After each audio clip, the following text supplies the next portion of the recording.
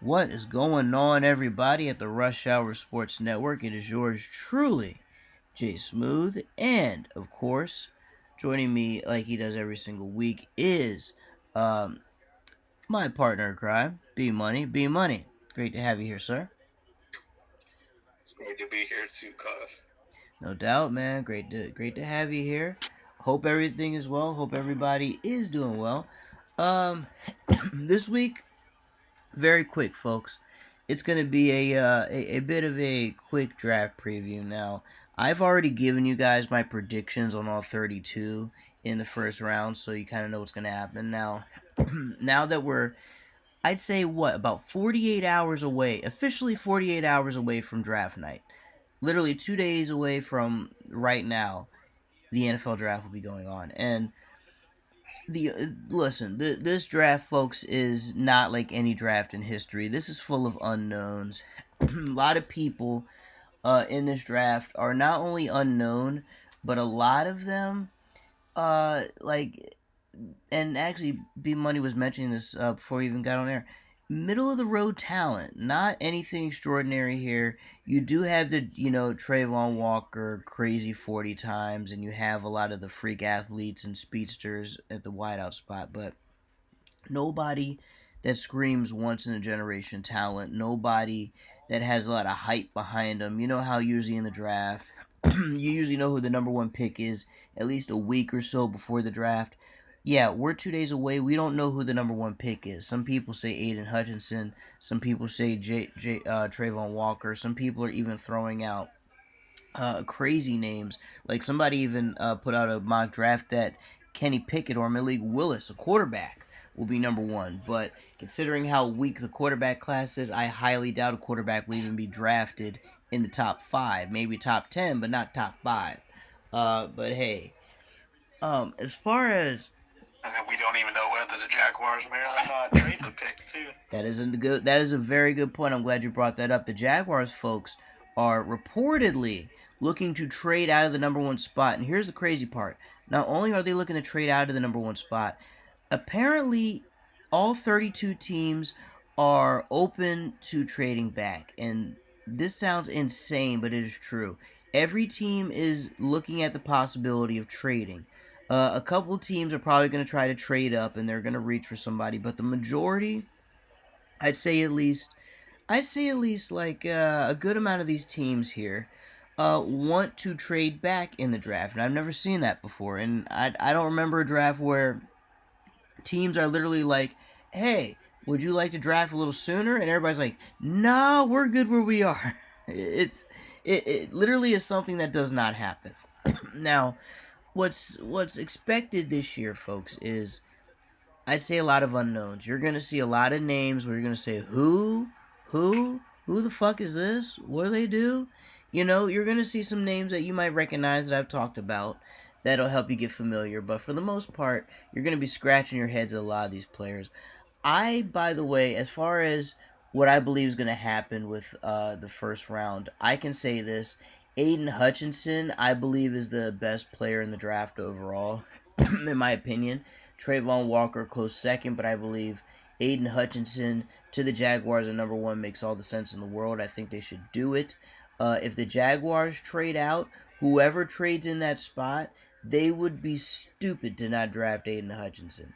And if they decide to draft for somebody else, like if they reach for Malik Willis at one, or Kenny Pickett at one, or the insane move of drafting Desmond Ritter, the Cincinnati quarterback, at one, or let's say they draft Sauce Gardner at one, or one of the skill position players, one of the speedy receivers like Chris Olave out of Ohio State, or maybe a corner like McDuffie. It would just be absolute insanity. It would make no sense at all. Now, Aiden Hutchinson, I believe, should be number one. As far as the rest of this draft, it is a who's who. You can put anybody anywhere, and it would make sense. What I would want to see, though, I want to see the Detroit Lions make a big splash. There's a lot of rumors that they could be considering Malik Willis and Kenny Pickett at number two to possibly compete with Jared Goff at the quarterback spot out there in Detroit. Because, I mean, B Money, you can pretty much vouch for me here, and you can confirm this. Jared Goff sucks, does he not? Yes, Yes, he does. Yes, he does. And I mean, let's be honest. The man was a system quarterback. Only made it to a Super Bowl because of what Sean McVay did and what that team around him did, not necessarily Jared Goff himself. So a quarterback, believe it or not, at number 2 makes a lot of sense. You bring in a Kenny Pickett, you bring in a Malik Willis. You can let Jared Goff get his ass kicked for a good part of the season. Then when the rookie's good and ready, you throw him in there and you prepare for your future. Makes sense at number 2. A lot of people are throwing that out. And a lot of people are throwing this out as well. Atlanta could be a team to trade up because, as you and I have talked about before, Marcus Mariota ain't it. Marcus Mariota is a draft bust. We thought Mariota was going to be a good quarterback, like somebody that would compete with Winston over the years, but as it turns out, both of them are trash. So now Atlanta has picked this man up, but let's be honest, Atlanta's not going to run with Mariota as their franchise moving forward. So it makes sense to draft a Kenny Pickett, or you draft Michael Vick point 2.0 or 3.0 in this case, or 4.0 considering all the other uh, running quarterbacks similar to him over the years. And Malik Willis sent him to Atlanta. Atlanta now has another running quarterback they can get behind for another 4, 5, 6 years. So all sorts of things could happen. The New York Giants and Danny Dimes may not be on the same page. There's contract stuff there. Carolina Panthers need a quarterback because Sam Darnold damn sure ain't it. I don't know if it's what New York did to him or because he's just another USC quarterback that was overhyped by the likes of Colin Cowherd and then ended up to be cow shit when he arrived to the NFL, you know? So it seems as if that case is on the table for the Panthers, so they could be after a quarterback. I won't be surprised if Desmond Ritter is on the table for them. Uh, you have teams like the Seahawks who also need one. The Seahawks definitely need a quarterback. If they don't get Willis or Pickett, they're going to be in that Desmond Ritter category. And I've even heard Matt Corral, but I'm going to be honest with you. Matt Corral had a shitty pro day. He had one of the worst pro days I've seen for a quarterback in a long time. Josh Rosen had one that was kind of bad, but not even Josh Rosen's pro day was as bad as Matt Corral. Matt Corral looked like he looked like a discount version of Taylor Heineke throwing the ball out there. And Taylor Heineke was ugly to watch toward the end in Washington. So no reason to have a guy like that in the league. But I won't be shocked if the Seahawks reach for a quarterback, for Desmond Ritter, or maybe they go for Sam Howell. Maybe they go for Carson Strong in Nevada. Even though drafting a quarterback who went 1-11 his senior season is actually sketchy as hell, but you know how these teams are. They're gonna reach for anything these fucking days. Yeah. Exactly. Well, I'll ask you a question, Jay. Then. Okay. Let's assume for a second there's no trades, even though there probably will be. Okay. Who's taking the first quarterback off the board? Which team? Ooh. Excellent question. And you know what? I am going to predict that the first team to take a quarterback off the board. Oh, you know what? Somebody's going to reach for a quarterback this draft. I don't believe it's going to be the Lions. I would love for the Lions to do it, but historically they haven't done that. They usually like to go defense, even if it's defensive back. So you know what? I am going to say the Carolina Panthers will be the first one to take a quarterback off the board. And I believe the quarterback they take off the board will be Kenny Pickett. I'm going to say Kenny Pickett is taken off the board first. I personally believe Malik Willis is better, but I believe Kenny Pickett for that system that Carolina runs. They will throw Kenny Pickett in there and he'll fit in like a glove. Now, where things get interesting though, Atlanta Falcons, Seattle Seahawks 8 and 9. One of those two teams I strongly believe is going to take Malik Willis. Or I'll say this. Let's say Carolina takes Malik Willis, right? I believe Kenny Pickett will then go to either Atlanta or Seattle. I think what the Giants are going to do is they're going to try to work with Danny Dimes for another year, even though there was that rumor of him maybe not signing again. I think they're going to try to go offensive line. Maybe they're going to get one of those big linemen with the Giants to try to get some more protection for the guy. Maybe they go for a weapon, which would kind of be stupid at this point. I think they need protection for the quarterback first because that line is atrocious. Yeah. So I'm thinking Carolina gets one of the three. my top five quarterbacks, by the way, Malik Willis, Kenny Pickett, Matt Corral is number three. Desmond Ritter is number four, even though Ritter's getting a lot of hype right now. And actually, you know what? I'm going to put Ritter at three because they're talking about him more than Corral. I'll put Corral at four because even though he's top, that pro day of his was so bad, I think it's actually going to push him down a little bit. And then number five, I'm going to say Sam Howell. Even though Sam Howell is garbage and I think Carson Strong should be there, but Sam Howell is one of those quarterbacks that a team will reach for. So I think Carolina's going to pick a quarterback off the board first. Then it's going to be Atlanta, and then it's going to be Seattle. And I think it's going to be Kenny Pickett. Malik Willis will be number two. And you know what? I'm going to say Desmond Ritter will be number three to Seattle. I think he'll go number nine technically, but I think he'll be the third quarterback taken off the board because Seattle needs a quarterback, the Falcons need one, and the Panthers need one desperately. Detroit technically needs one, but historically they always go defense. I will be shocked if they were to look at one of the quarterbacks, even though a lot of mock drafts do have the Lions taking Malik Willis number two, which actually makes a lot of sense in the world, but I don't see him doing it. And let's see. As far as some of the other teams now, what the other thing I expect though, you know what I think Detroit might do? I think Detroit's going to go Trayvon Walker number two, defensive tackle out of Detroit. I'm sorry, out of Georgia. I think they're going to go Trayvon Walker there. Aiden Hutchinson and Trayvon Walker, I expect to go one and two. The rest is going to be a crapshoot, except for the Panthers, Falcons, and Seahawks. I will say this too. Another team that may reach for a quarterback is the Washington Commanders.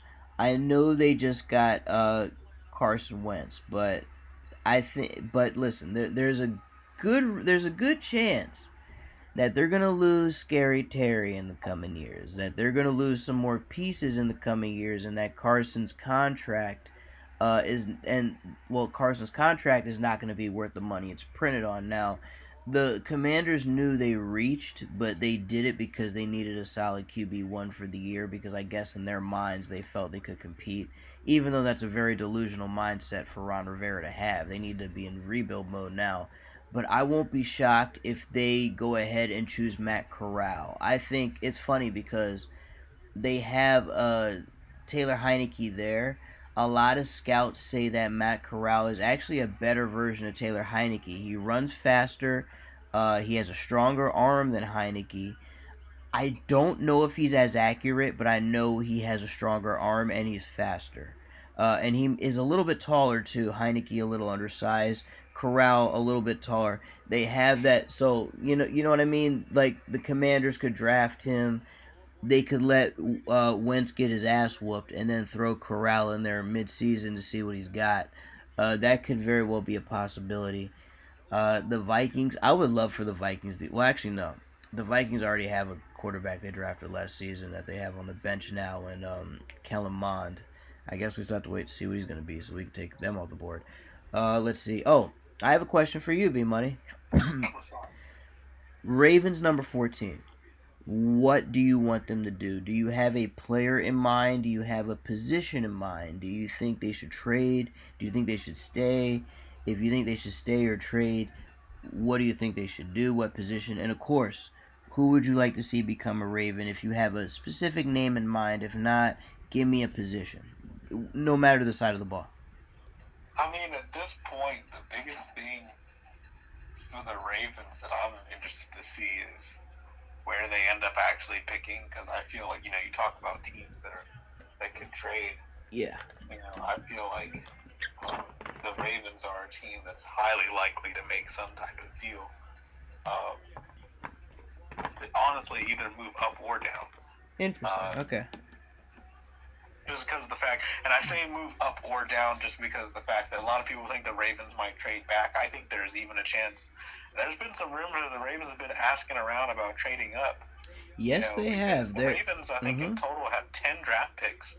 They're not Yes, going to draft. They're not going to use all 10 of them. So, that is you correct. know, It's funny because they're like the Ravens are one of like very few teams that have inquired about trading up, and you know what?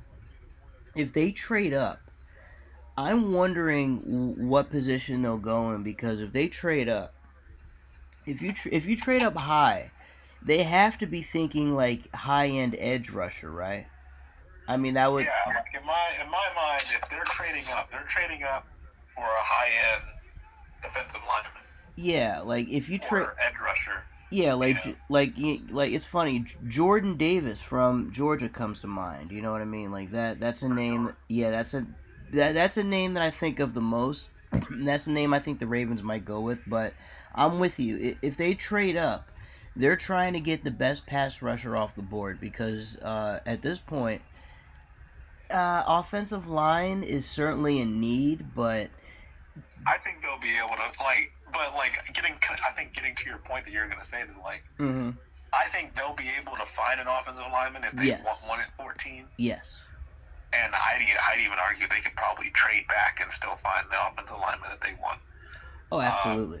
I feel like if another popular route that's been mocked for the Ravens is them picking someone for the secondary, picking a corner, I think they'll be able to find that at 14 too. Yes. Um, so like ultimately at the end of the day, like you were saying, like if they're trading up, it's because they want an edge rusher. It's because they want a pass rusher. Absolutely, man. And you know what? It's funny you mentioned defensive back like corner specifically. Um, there are some very talented corners in this draft, and that would be the shocking position for the Ravens in my mind to draft. Now, if they went defensive lineman first, like edge rusher, of some type, high end edge rusher, it would make sense. If they go offensive lineman first, it would make sense, but at the same time, like you said, they can easily find one later in the draft. No reason to reach for one at 14 with all the talent that they have out there in the draft pool. So, well, actually, no, I would say, well, yeah, but the only position that I would say kind of surprise me in terms of a number 14 draft pick would be defensive back. There are some good defensive backs on the board too, though. There are going to be some good ones at 14. The Vikings were, rumored to take McDuffie and a couple others, but there's no guarantee they'll do that, even though I think they should. Of course, Washington they need some secondary help bad. They need it bad. Uh, they literally only have like one good safety. Everybody else has a DB back there is just awful, so they're on the board for one. But yeah, I'll be surprised if any of the bigger names are there when the Ravens pick in terms of DBs. But if so, it would make all the sense in the world to give one. Like if a Sauce Gardner somehow falls to 14, I don't know how he does, but if Sauce Gardner falls to 14, you almost have to jump on that. You know what I mean? It's Well, gonna and almost if I'm the Ravens, like if Sauce Gardner even drops out of, not he doesn't even have to go to 14. If he drops like to 10, right. you know, That's I true. could easily see the Ravens being on the phone with the New York Jets right then and there, being like, "Hey,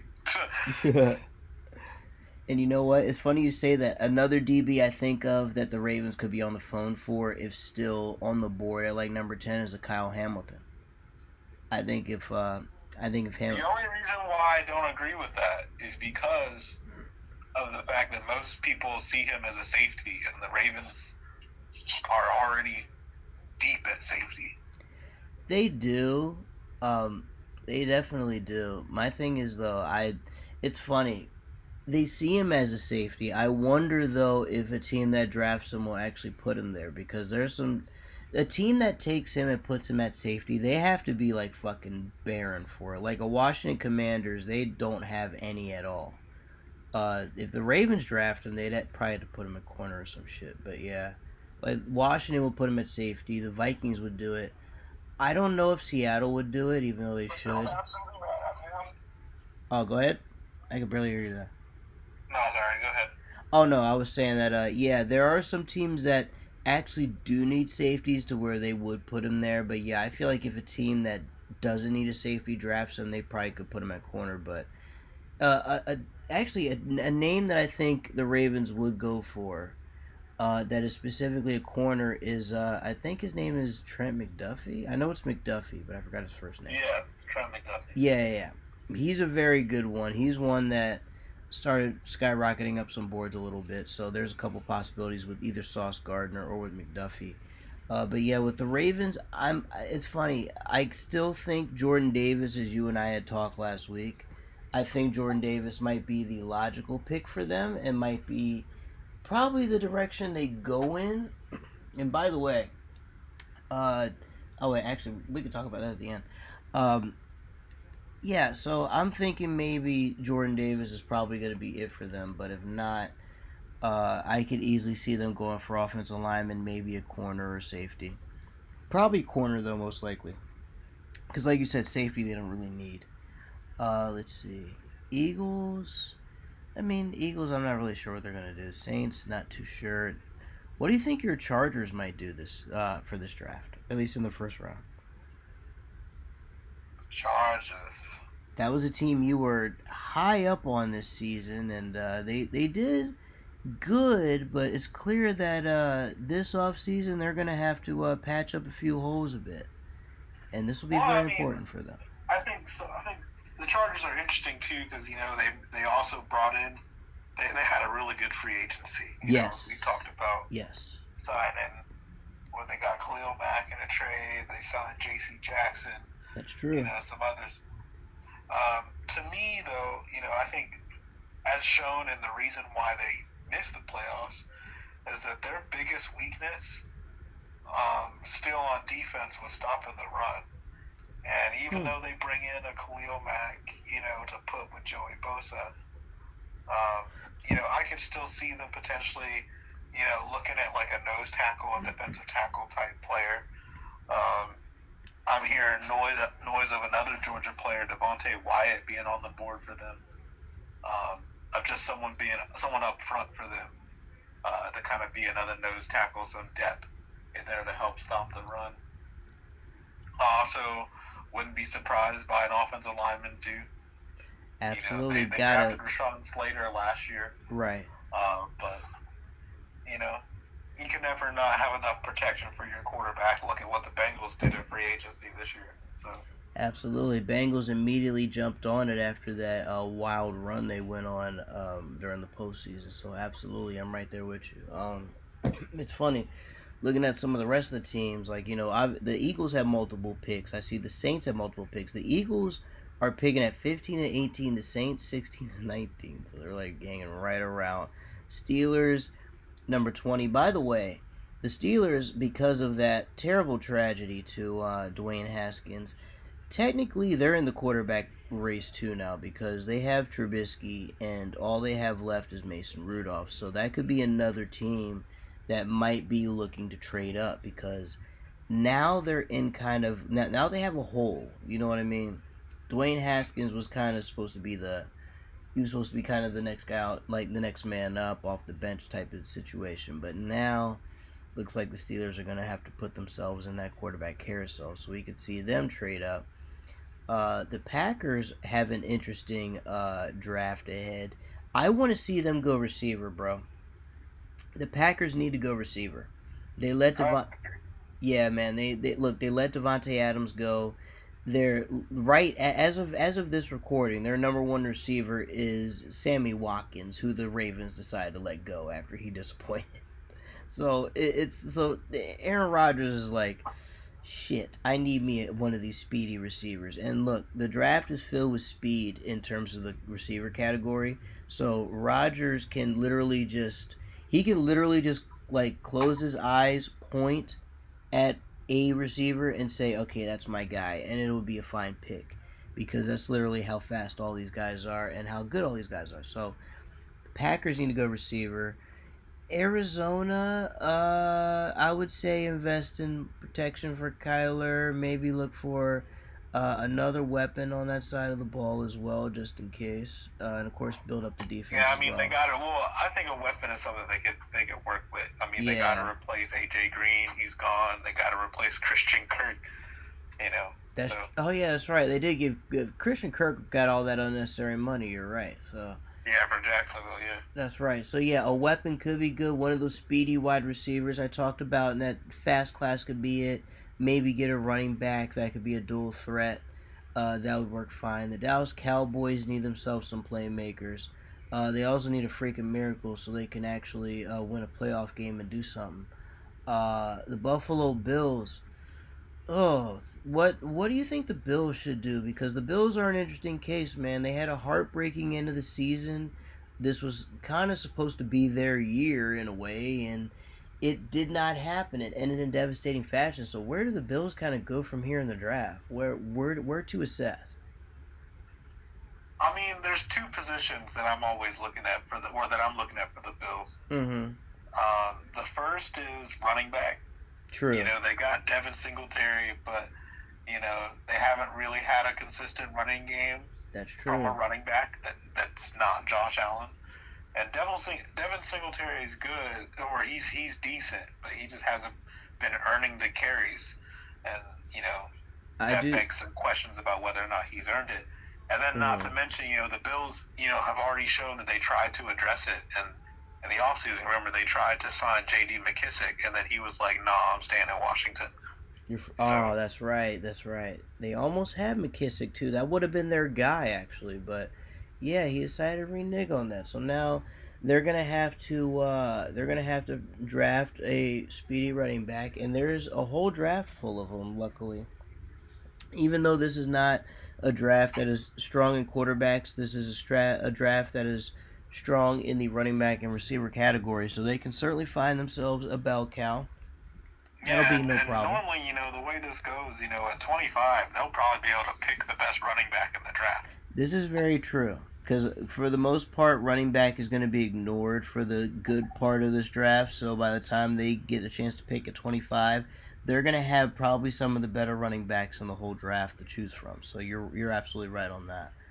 I would like to see the Titans, of course, get some more weapons, obviously, like another receiver, and of course start building up on that defense, and specifically in the secondary. Get themselves, a couple corners or something like that. For Tampa Bay, Tampa, get yourself a little bit of everything. I mean, they're probably just gonna get whoever's best available, if I had to guess. At this point. Yeah. If I had to pick something for them, though, I feel like they still could use some help. Well, I guess first of all, I guess they lost. Didn't they lose like a lineman or two? Yeah, they lost. They did lose a couple of linemen. They might be able to use some help there, I think. Yeah, that's true. They did lose a couple linemen, so yeah, they definitely need the help there. Let's see what else. Yeah, that's for Tampa. For Green Bay again, I'll tell you what. For two of Green Bay's picks, I need Green Bay to get two solid playmakers in the first round, even if it's two receivers. Get a receiver and a running back. They gonna pick two receivers? Shoot, get a receiver and a running back. Get two receivers. They need playmakers for Rodgers. You know what I mean? Even if Rodgers has to work with. Imagine if they did pick two first-round receivers. You know what? That would probably be the most unique draft in Packers history, because I don't remember the Packers ever doing something like that. And actually, I think it was the Packers' lack of drafting weapons that pissed Rodgers off in the first place. So that'd be a crazy. Yeah, that would be pretty ironic if, oh shit, now we paid him all this money. Let's go ahead and get the receivers he always wanted. So they finally go out and get it. That would be something. The Chiefs, oh boy. The Chiefs lost Tyreek Hill. They lost their main weapon. Well, not their main weapon, but I'd say probably their second main weapon. They lost him to Miami. So it looks like the Chiefs are gonna have to. What do you think? They're gonna have to go maybe running back, receiver. They might have to go receiver too. Yeah, they're fine at running back. They picked Clyde Edwards-Helaire, was that last year or 2 years ago? Yeah, they did pick him there, but yeah. They need the receiver. Absolutely, man. They're gonna have to get themselves a steady receiver, because at this point, and especially because I realized not only did they lose Tyreek Hill, but I believe Byron Pringle, who came on and had like a breakout year last year for them. Yes. I think he also left. I think he's on the Giants now or something like that. That is correct. He is on the Giants. So, yeah, the Chiefs are going to need themselves a receiver, nice little back. They're going to mainly a receiver though. But yeah, they're going to need themselves a playmaker. And again, there's enough speed in this draft to where they can get themselves a player at least that's, somewhat of a game breaker. They're not going to have a Tyree. He's not going to be Tyreek Hill, but obviously he'll be a good enough game breaker for Mahomes to work with. The Bengals, only thing I want to see for the Bengals is protection for Burrow. That's it. Below that line. Draft the best offensive lineman, best available offensive lineman at whatever position they're at. 31 in this case. Bengals, stick with it. And then the Detroit Lions at 32. I'll tell you what, bro. If they don't get that quarterback, and this is gonna be my hot take for the draft. If the Detroit Lions do not select a quarterback at number 2, let's say they go for Trayvon Walker, right? This is where they get their quarterback. And in terms of quarterbacks, I see Matt Corral, Desmond Ridder, Sam Howell, Carson Strong, like the second tier quarterback. Because Kenny Pickett, Malik Willis is number 1. It's Kenny Pickett, Malik Willis, and then number 2 with the best of the second tier draft quarterbacks being Desmond Ridder. This is where the Lions are going to get their QB. If they don't get it at number 2, I could see them like going for Trayvon Walker at number 2, because if they don't get him at 2, he'll be gone at 3. And then the Lions stay put at 32. I could see them pulling a Lamar, like a Ravens, like when the Ravens got back in there to draft Lamar. The Lions drafted their way back in the number 32. I mean, traded their way to the number 32 spot with the Rams. And I think they're going to pull a Ravens, and they're going to get themselves a quarterback here. I see Matt Corral. I see, I see either Matt Corral, Carson Strong, Sam Howell, or my favorite for the slot, Desmond Ridder. The only way Desmond Ridder is not selected here is if a team reaches for him, because Kenny Pickett and Malik Willis are going to be the top 2 quarterbacks taken. Now, let's say if the Falcons decide we need to get our quarterback now, they will jump on Ridder, or if they don't jump on Ridder, they're going to jump on Corral. And let's say if they jump on Ridder, Matt Corral will be at number 32. But if the Falcons jump on Matt Corral for whatever reason, then Desmond Ridder will be number 32. So my hot take for this round 1 in terms of all the teams, the Detroit Lions are going to get themselves a quarterback in this one. And I think this is it. I think it's all set up the way the Ravens did it. Yeah. Certainly feels that way. And folks, that'll be it for round 1. Of course, there are plenty of rounds here. We're not going to go through all of them, obviously, but you have round 2 here, which is going to be pretty loaded. Round 3, 4, 5. Let's see, how many rounds is it? 7 rounds, right? Yep, 7 rounds. And by the way, the very last team to take a selection, just for shits and giggles, is the 49ers. They get Mr. Irrelevant. Let's see. Oh, wait, those are compensatory selections, my bad. Technically, Mr. Irrelevant is the Rams. All that other shit is compensatory picks. But other than that, folks, this is going to be a mainly an unknown draft. We're not going to know shit about shit. We're not going to know shit about shit when it comes to these players. We're just going to have to hope for the best here.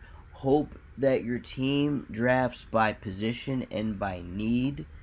There are some teams that have actually traded out of the first round. Teams such as, the Raiders are not going to be selecting in the first round.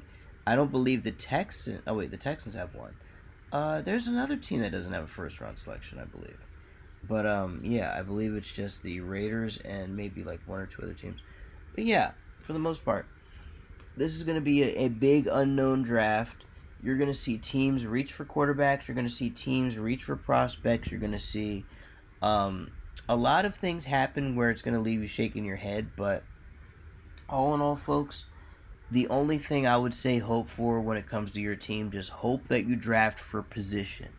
Don't worry about the name or what they've done, because they're all unknowns. Best thing to do, hope your team drafts for position need, and then hope for the best when it comes time to training camp.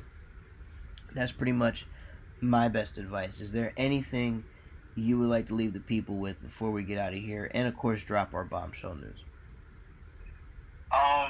So while you were reading off that, I had to fact check myself about Byron Pringle. Okay. And along the way, I found a really interesting piece of news. So first of all, Byron Pringle, fact check. He is currently now a member of the Chicago Bears, not the New York Giants. Okay. But also, piece of news. Today's day of recording is April 26th.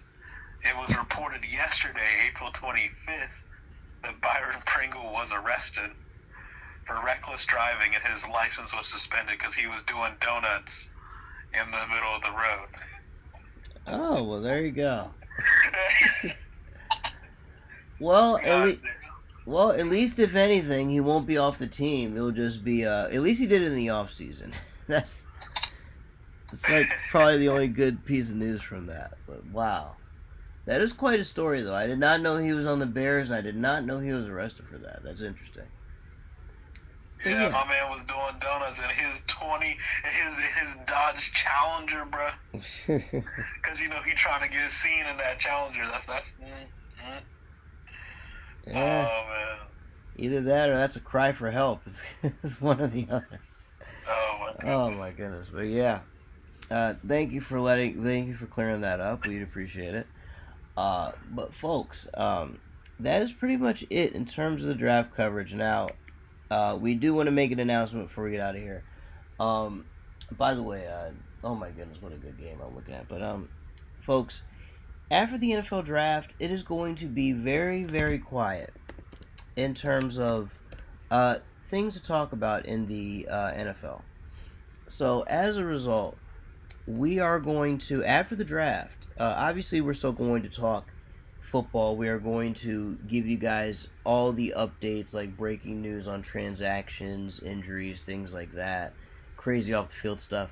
We will still update you, obviously, throughout the quiet off season. But while we do that, we are going to give you guys, because this is a sports channel after all, extensive coverage of the NBA playoffs. And this is something that B Money and I talked about for a good while. I know a good amount of you that watch the show are actually monitoring the playoffs as we speak. And hey, I'm glad we can bring you some coverage. And actually, it's funny because it's still in the early stages of the playoffs. But as you were talking to me before, we now have 2 teams eliminated now, correct? Yes, we do now. Who is eliminated as of right now? So as of right now, just the other night, the Brooklyn Nets were eliminated, swept by the Boston Celtics, the only team to get swept. Of course, our Brooklyn Nets, featuring Kevin Durant, Kyrie Irving, a ghostly Ben Simmons, you know what I'm saying? So, yeah, they're no longer in the playoffs. For some people, it's a little bit shocking. They were a finals favorite coming in, but team just kind of fell apart throughout the season. They had James Harden, and now he's in Philly. They bring in Ben Simmons, who doesn't even play because apparently Philadelphia just destroyed that man's mind. What did they do to him? What did they do to him? This is what blows my mind about Ben Simmons, bro. And folks, again, this is only going to begin in terms of the coverage, but this is what blows my mind about Ben Simmons. Best player at LSU to come along since Shaquille O'Neal back in the day. Goes on that big run. Drafted, I think, number 1 overall. If I could be mistaken on that. Yeah, I believe he was. Yes, drafted number 1 overall. And it seemed like everything was coming together. But all of a sudden, something about Philadelphia. I don't know if it was the media or the fans or his teammates or just maybe all 3. But something didn't help that he didn't have a jump shot. That's true. He did not have a jump shot. And when the Philly fans realized he didn't have a jump shot, they were hell on that man to the point where they messed him up mentally and he couldn't think about a damn thing. Now, I hate I hate to see that happen to Ben Simmons, but I'm going to say this. You and I talked about this yesterday and you mentioned this yesterday. That type of move speaks to the type of clown organization that Brooklyn is, man. It really speaks to it because we're talking about Kevin Durant, Kyrie Irving. They had James Harden in that, all three in the same building. Harden grew impatient and said, fuck this shit, and went to Philly. They bring in Well, Ben Simmons. I don't even think James Harden was impatient. I just think he saw the writing on the wall, bro. He was just like, yo, the situation here is shit. Get me out of here as quickly as possible. Well, that's what I'm saying. Because, like, well, think about it. Because it wasn't just, it was the Kyrie Irving not wanting to get vaccinated. That was the big thing. And then Kevin Durant trying to be the glue to hold it all together. Like you said, Harden looked at the situation and said, yeah, this is fucked up. I can't stick around here. And you know what? I feel like even if Harden had stuck around, the Nets probably wouldn't have done that much better because they didn't play defense at all in this series, and that's one of the things that killed them. Yeah, and Harden does not play defense. So.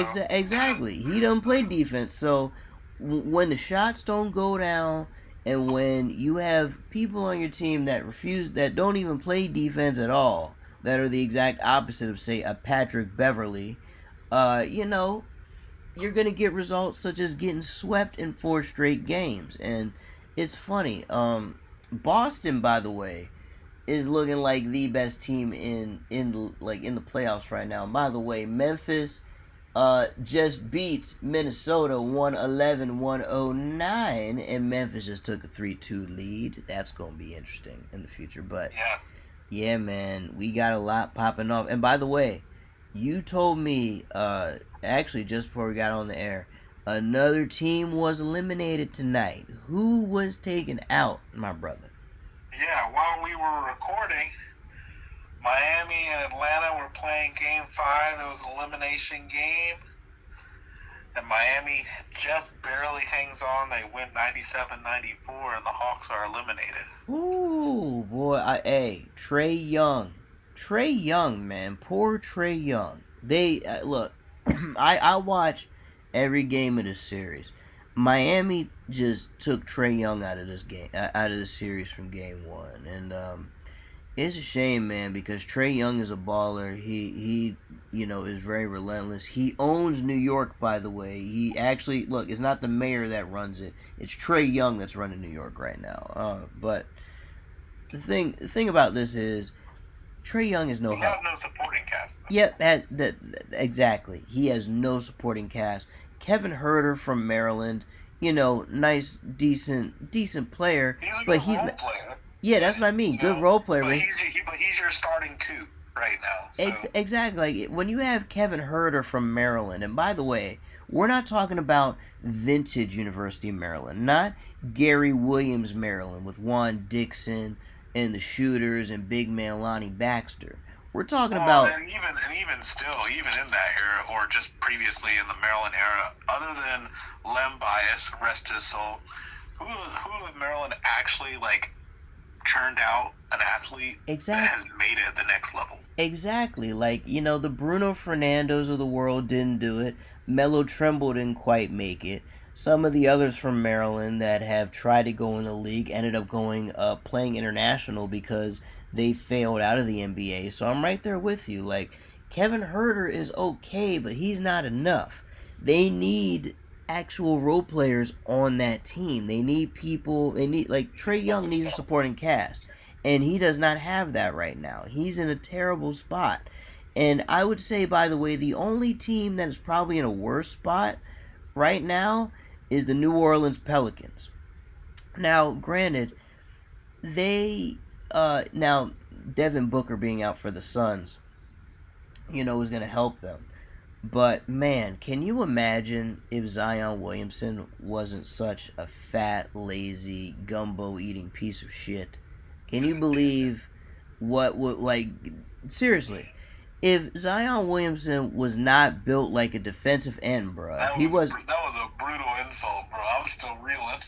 God damn. I mean, listen, the man is built like a defensive end, ready to go for the NFL draft. Like, come on, he's way too big, way too fat to be in the NBA. This is not Charles Barkley fat either. This is a different level of fat, and it's a shame because if Zion is on that floor with the Pelicans right now, they have a much better chance. This team actually has something when he's on that floor.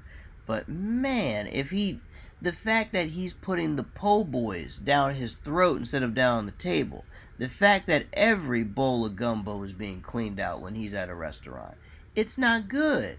The fact that all the crawfish disappears when he walks through a front door at a crawfish boil is not good. It's not good. This man needs a gunpoint personal trainer. He needs a personal trainer to say, "Motherfucker, you better put that shit down on the table. Stop stuffing." Because you already murdered him, bro. Exactly. The man needs a gunpoint. Look, he needs a gun in his face to keep the food away from him. Like, you better not eat that shit. You know, the man needs self-control because the eating of the food is out of control. The weight is out of control. His health is out of control. Into a Zion Williamson roast, bro. Oh my God. Trust me, and you know what? The Pelicans would be way better if this guy was not such a fat motherfucker. Thank God. If he wasn't so undisciplined, they would have been way long. And by the way, they just tipped off too against the Suns, and already the Suns are up 6, while Zion's sitting in a chair waiting for that thing to explode because we know that thing can't hold his weight for 4 quarters. Hey, I feel bad for the Pelicans, man. They gonna have to regroup next season after they hold this L to the Suns, because I really had high hopes for the Pelicans, especially when they had LeVar Ball and they had Zion. I'm like, okay, I mean not LeVar, the actual ball person that can play, not the father with the ugly teeth. When they actually had, Lonzo, thank you. When they actually had Lonzo out there and they had some of the other ball players out there with Zion, it looked like something good, but it just couldn't really hold together. And now the Pelicans are in a spot where it looks like the Suns are probably going to take them out. I imagine Dallas is going to. Even still, the Pelicans have obviously been fine without Zion. I don't think Zion has played this year. And Brandon Ingram's been holding it down. And then they went and traded for C.J. McCollum, and that's why they're in the playoffs. So that's true. If they had Zion on there with all those guys, it'd be a lot better. But I'm with you because what they got now is good enough to get them to the playoffs. It makes me wonder what they're going to be next season, too. Really makes me wonder what they're going to be next season. Speaking of teams that need to fucking grow, Donovan Mitchell has nobody on Utah. Nobody. It's getting ugly. I wish Donovan Mitchell nothing but luck out there in Utah, but come on now. I mean, hey, it's funny because I thought the Jazz would actually put up a better fight against Dallas, and they're doing okay, but it kind of feels like Dallas is just taking the series after watching that game yesterday. It felt like they're just now they're just going to put their foot on their neck and seal it. It feels the same way with Golden State and Denver. And by the way, I feel so bad for Jokic. Somebody get Jokic the hell out of there. Listen, Denver. Well, so first of all, going back to Utah in the last game, Game 5, the shots just weren't falling for him. But it is true that this is like second, third year in a row. His supporting cast is supposed to be Rudy Gobert, who doesn't have much of an offensive game. He has an offensive game when it comes to COVID. And Mike Conley's been choking in the playoffs for the last 3 years in a row. Exactly. Right. And then Denver, they were already dead to rights because Jamal Murray got injured. They're playing without their actual number 2 star. So and I think also Michael Porter's out too. So they're missing literally their number 2 and number 3 options after Jokic. The fact they even made the playoffs is kind of impressive, to be honest. Yeah, I was about to say, because remember, the Denver Nuggets, they're the same franchise who drafted Carmelo Anthony and did not build around him. They drafted Carmelo fucking Anthony and did not build around him. They have Jokic in their lap. I don't expect them to build around that motherfucker at all. If anything, I'm waiting for Jokic to beg one of these teams to get him off of there before it's too late. If I that mean, I think they're fine because Jamal Murray is really good. Jamal Murray is like low key one of my favorite players. He's just out this year with injury. right. And it's just unfortunate. And I will say this, Michael Porter's but Denver did give him a lot of money for no reason. Yeah, that's what I'm talking about. They gave that man a lot of money that he did not deserve to have. That's not, you know what I mean? They're like their heads are in the right place. The front office's head is in the right place, but they got finessed on that one. But at least though, Jokic has Jamal Murray. I will say that. Yeah, that's the That's thing. not this year. Yeah, he's gonna need him next year, and I hope they draft somebody worthwhile too, because there are some talented players in the draft. They're gonna have to fucking evaluate as well. Let's see. Who else did we not preview real quick for next week? Oh, Philly, Toronto. I mean, I'm waiting for. It's funny. Philly's ahead, but I mean, I'm kind of.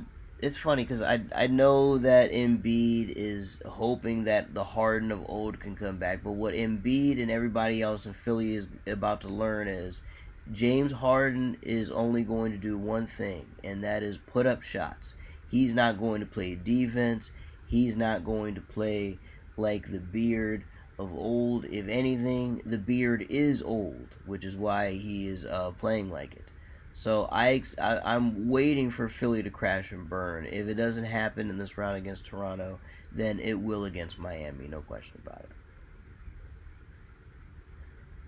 Yeah.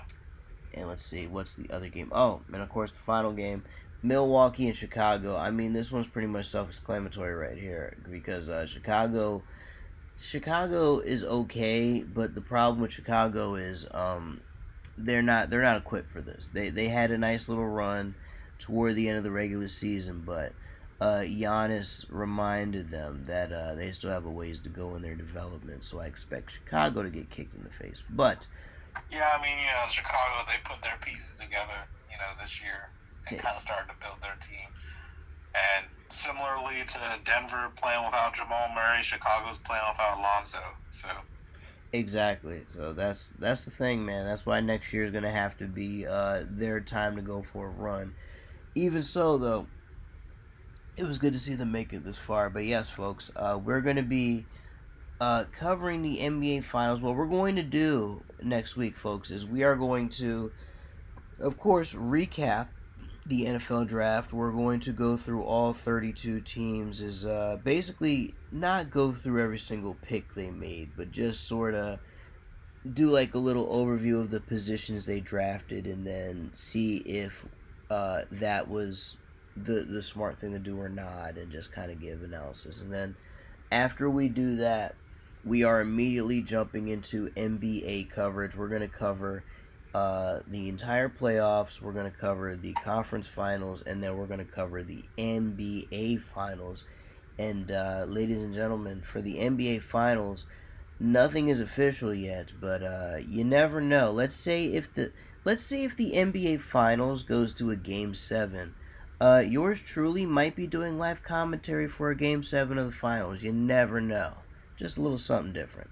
But of course, it all depends on how this tournament plays out. But anyways, folks, this will be next week. We're going to be covering the NBA playoffs. So if you are watching the playoffs, definitely tune in to the show for, I say all summer long, because we will be covering it week in and week out. I'm watching the games. B Money's watching the games. We're certainly tuned into this shit. So we're going to have a lot for you guys in the coming weeks. But yes, as of right now, as you guys see in the bracket, I'm on NBA.com, B Money, and I have the bracket up. As of right now, Miami has advanced, and Boston has advanced. Over on the Eastern by the side, time you hear from us again, probably the entire first round will be done. yes. So right now we have two Eastern teams, Miami and Boston, that are advanced on. Philly and New Orleans. I'm sorry, Phoenix and New Orleans is tied at 2 apiece. Dallas is ahead 3-2 over Utah. Golden State is up 3-1 over Denver. They're probably gonna. Actually, I believe their next game. I believe Denver's next game. Oh, it's tomorrow. Denver and Golden State. So Golden State will probably close that out tomorrow. Let's see. Minnesota and Memphis. They just played today. Uh, let's see. Who plays tomorrow? Oh, Milwaukee and Chicago also play tomorrow, and Milwaukee is up 3-1. They're probably going to shut that out tomorrow as well.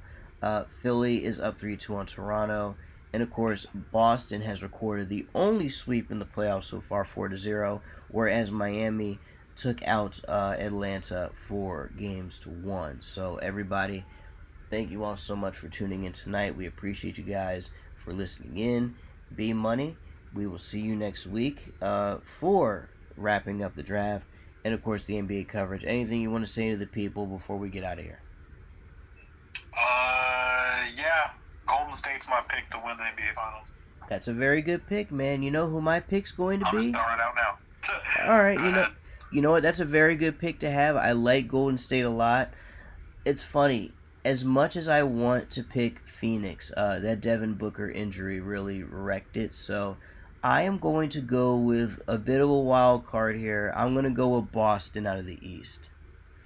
It sounds crazy, but I think Boston can go on a nice little run. And my thing is this: if it's Golden State Boston, Boston's going to mop the floor with them. But if Boston is playing, like, let's say if they end up in there with Phoenix, or if they end up in there with Dallas, or if by somehow, some way, they end up in there with Memphis, I think it's going to be I think it could be very interesting. I think the Celtics are being overlooked a little bit. They've certainly the way they took out Brooklyn, even though Brooklyn was a shell of itself. Uh, the regular season for the Celtics was phenomenal, and the way they took out Brooklyn was very impressive to me. So, I am going to pick Boston as the upset, even though it's likely not going to happen. If anything, I think Boston will at least represent the Eastern Conference in the NBA Finals. All right. I think they'll at least be there. I'm going to pick them to win, even though they're probably not going to win. But I know for sure they will win out of the East because I don't have faith in Miami. I'm waiting for Philadelphia in the process to fail. Toronto, go back across the border. You ain't ready. Milwaukee, maybe. I think Milwaukee-Boston would be a very interesting series. I think Milwaukee, it comes down to the status of Chris Middleton. He got injured in Game 5. Yes, that's the other reason why I like Boston actually a little bit better, because it's the middle. Like you said, it was Chris Middleton's injury that's going to make the difference there. But if he's healthy though, then yeah, Milwaukee's in good shape. But if not, I think Boston might be able to sneak up on him, make some noise, man. But we are going to let you guys know in the coming weeks what goes down. Thank you all so much for tuning in again. We will see you all next week on the Rush Hour Sports Network. Enjoy the draft this Thursday night. The draft is 48 hours away. And then, of course, right after the draft, we're going to give you guys coverage. Next week, of course, we're going to give you guys, kind of a wrap-up on it. And then go right into the NBA. And until then, folks, we'll see you guys next time. We are out.